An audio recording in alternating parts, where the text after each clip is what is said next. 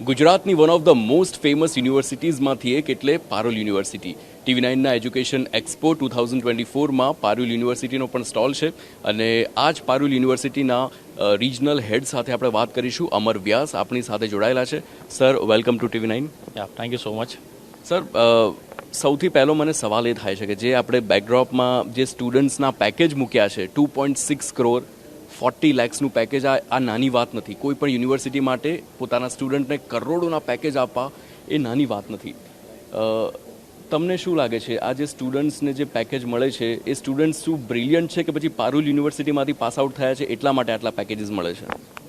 Okay, actually Parul university જે આપણે Vadodara campus છે ત્યાં આગળ આપણી પાસે અત્યારે પ્લેસમેન્ટની જે સ્પેસિફિક જે ક્વેશ્ચન છે એની વાત કરું તો 2200 કરતાં વધારે 2200+ કંપનીઝ આપણે ત્યાં રિક્રુટમેન્ટ માટે આવે છે અને પ્લેસમેન્ટ માટે જ પારુલ યુનિવર્સિટી જાણીતી છે. તમે ક્યારે પણ રેડિયો ટ્યુન સાંભળતા હશો ક્યાંય પણ, અથવા તો ક્યાંય પણ તમે સાંભળતા હશો કે હમ નહીં હમારે પ્લેસમેન્ટ બોલતે હૈ, તો પ્લેસમેન્ટ માટે જ યુનિવર્સિટી જાણીતી છે. એમાં ઘણી બધી MNC કંપની છે ત્યાં આગળ, અહીંયા આગળ આપણે ત્યાં આગળ આવે છે અને દરેક સ્ટુડન્ટ જે છે ઓબ્વિયસલી એમનામાં પણ એક કાબિલિયત હોય છે, પણ સાથે સાથે અમારું જે સોફ્ટ સ્કિલ્સ ડિપાર્ટમેન્ટ છે એ સ્ટુડન્ટને બિફોર ફેસિંગ એન ઇન્ટરવ્યૂમાં જતાં પહેલાં સ્ટુડન્ટને આપણે એમનું કોર્પોરેટ બાયોડા CV વગેરે કેવી રીતે પ્રિપેર કરો, એના સાથે સાથે એનામાં ગેસ્ચર્સ, પોસ્ચર્સ, એમના પર્સન્ટેજ ડેવલપમેન્ટ આની ઉપર પણ ફોકસ કરવામાં આવે છે. એમના કયા ક્વેશ્ચનો કેવી રીતે આન્સર આપો બ્રીફમાં, એના સાથે સાથે પેકેજ કેવી રીતે નેગોશિએટ કરવું, તો આ બધા જે સ્કિલ્સ વગેરે જે છે, જે બેઝિક્સ, તો સ્ટુડન્ટ કોન્ફિડન્ટલી ઇન્ટરવ્યૂઝ વગેરે ક્રેક કરી શકે છે અને પેકેજ વગેરે હાસિલ કરી શકે છે. તો આ બધી વ્યવસ્થા આપણે ત્યાં આગળ કરેલી છે કે આપણા ડિપાર્ટમેન્ટ થ્રુ સ્ટુડન્ટને પ્લેસમેન્ટ વગેરે આપણે સારું અપાવી શકીએ. ઓકે, પારુલ યુનિવર્સિટીના ટોટલ કેટલા કેમ્પસ છે અને કેટલા કોર્સિસ યુનિવર્સિટીમાં ચાલે છે? પારુલ યુનિવર્સિટીના આપણા 3 કેમ્પસ છે. એક અમદાવાદમાં છે, એક બરોડામાં છે અને એક રાજકોટમાં છે. 3 કેમ્પસ પારુલ યુનિવર્સિટીના અવેલેબલ છે ગુજરાતમાં. અને કોર્સિસની વાત કરું તો કોર્સિસ આપણે અમદાવાદ કેમ્પસમાં 12th સાયન્સ પછીના કોર્સિસ અવેલેબલ છે, જેમાં આપણે હોમિયોપેથી છે જે નીટના બેઝ ઉપર થશે, અને એના સિવાય આપણે ફિઝિયોથેરાપી છે, ફાર્મસી છે અને એપ્લાઇડ સાયન્સ છે, BSc MSc અને BPT MPT પણ છે. અને રાજકોટ કેમ્પસમાં આપણે હોમિયોપેથીનો કોર્સ અવેલેબલ છે. અને બાકી જે આપણું વડોદરા કેમ્પસ છે ત્યાં આગળ 150 કરતાં વધારે 150+ કોર્સિસ આપણે ઓફર કરી રહ્યા છે, જેમાં 10th+ ડિપ્લોમાથી લઈને અપ ટુ PhD સુધીના દરેક સ્ટ્રીમ પછીના કોર્સિસ આપણે અહીંયા આગળ ઓફર કરી રહ્યા છે વડોદરા કેમ્પસ પર. અને ત્યાં આગળ અત્યારે મોર દેન 50,000 સ્ટુડન્ટ સ્ટડી કરી રહ્યા છે અને 24,000ની આપણી હોસ્ટેલની કેપેસિટી છે. ઓકે, એટલે 24,000 લોકો હોસ્ટેલમાં એક સાથે રહી શકે છે. ઓકે, આ જે આપણો એક્સપો છે TV9 એજ્યુકેશન એક્સપો, એ ખાસ કરીને એવા સ્ટુડન્ટ્સ માટે છે જેમણે 10th અથવા તો પછી 12th પાસ કર્યું હોય. તો 12th પાસ કર્યા બાદ પારુલ યુનિવર્સિટી કયા કયા કોર્સિસ જે ઓફર કરે છે? Okay, 12th arts, commerce, science ત્રણેય પછીના ઘણા બધા કરિયર ઓપ્શન્સ પારુલ પાસે અવેલેબલ છે. અને 12th કોમર્સ પછી આપણી પાસે BCom, BBA, BCA, BSc IT, hotel management, designing, BBA aviation management, BBA તમારે સપોઝ ટુરિઝમ સાઇડ જવું છે તો એ પણ કોર્સ અવેલેબલ છે. એના સિવાય ફાઇન આર્ટ્સ છે, પરફોર્મિંગ આર્ટ્સ છે, BSc VFX એનિમેશનનો પણ કોર્સ આપણી પાસે અવેલેબલ છે.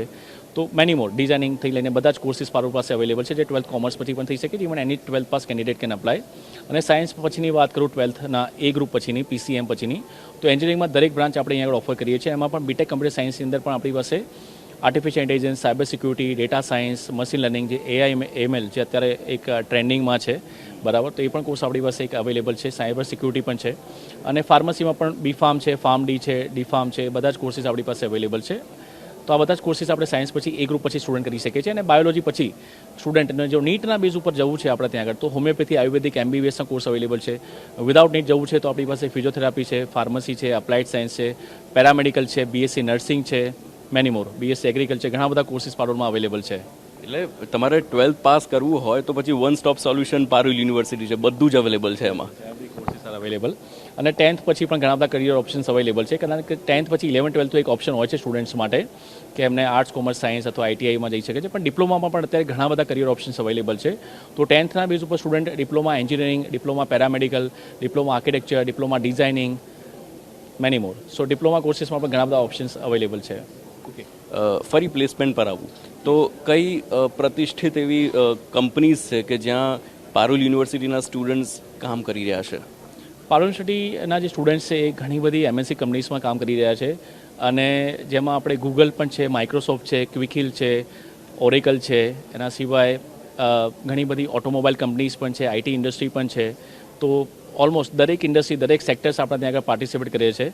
ટેસ્લાથી લઈને દરેક કંપનીઝ અહીંયા આગળ આપણે ત્યાં આગળ આવે છે, એર ઇન્ડિયા પણ છે. તો જેટલા પણ આપણા કોર્સીસ ચાલી રહ્યા છે, જે તે સેક્ટર સ્પેસિફિક કોર્સીસ ચાલી રહ્યા છે, એ બધા જ જે સેક્ટર છે, જે રિક્રુટમેન્ટ માટે એમને જે જરૂર છે સ્ટુડન્ટ્સની, વર્કિંગ પ્રોફેશનલની, એ બધા જ કોર્સ પછીના દરેક ઇન્ડસ્ટ્રી, દરેક સેક્ટર્સ આપણે ત્યાં પાર્ટિસિપેટ કરી રહી છે. ઓકે, TV9 એજ્યુકેશન એક્સપો 2024નું આયોજન થયું, કેવો પ્રતિસાદ છે સ્ટુડન્ટ્સનો? એકચ્યુઅલી વાત કરું આ એક્સપોની, તો એક્સપોમાં ઘણો સારો પ્રતિસાદ છે, કારણ કે 12થનું ગુજરાત બોર્ડ અને CBSE બોર્ડ બંનેનું રિઝલ્ટ જ્યારે અનાઉન્સ થઈ ગયું છે આજથી 15 દિવસ પહેલાં ઓલમોસ્ટ મેક્સિમમ, સો એના પછીનો આ પહેલો એક્સપો છે આપણે અમદાવાદમાં, બરાબર છે. તો ઘણો સારો રિસ્પોન્સ મળી રહ્યો છે, કારણ કે જેટલા પણ એક્સપો થયા એ બિફોર રિઝલ્ટ થયા છે. તો આફ્ટર રિઝલ્ટ જે સ્ટુડન્ટને ખ્યાલ આવી ગયો છે કે મારું આ રિઝલ્ટ આવ્યું છે, તો મારે કયા કોર્સમાં જવું છે, તો એના માટે આ એક સારું પ્લેટફોર્મ છે. તો ઘણા સ્ટુડન્ટ અહીંયા આગળ આવી રહ્યા છે, પેરેન્ટ્સ અહીંયા આગળ આવી રહ્યા છે, અને આ જે પ્લેટફોર્મ છે એનો લાભ લઈ રહ્યા છે TV9 એજ્યુકેશન એક્સપોનો. ઓકે, અમને જાણવા મળ્યું હતું DIG મેડમ ખુદ આવ્યા હતા, કેવો રહ્યો હતો અનુભવ? હા, DIG મેડમ પણ આપણા પારો યુનિવર્સિટીના સ્ટોલ પર એમને મુલાકાત લીધી હતી એમની ડોટર સાથે.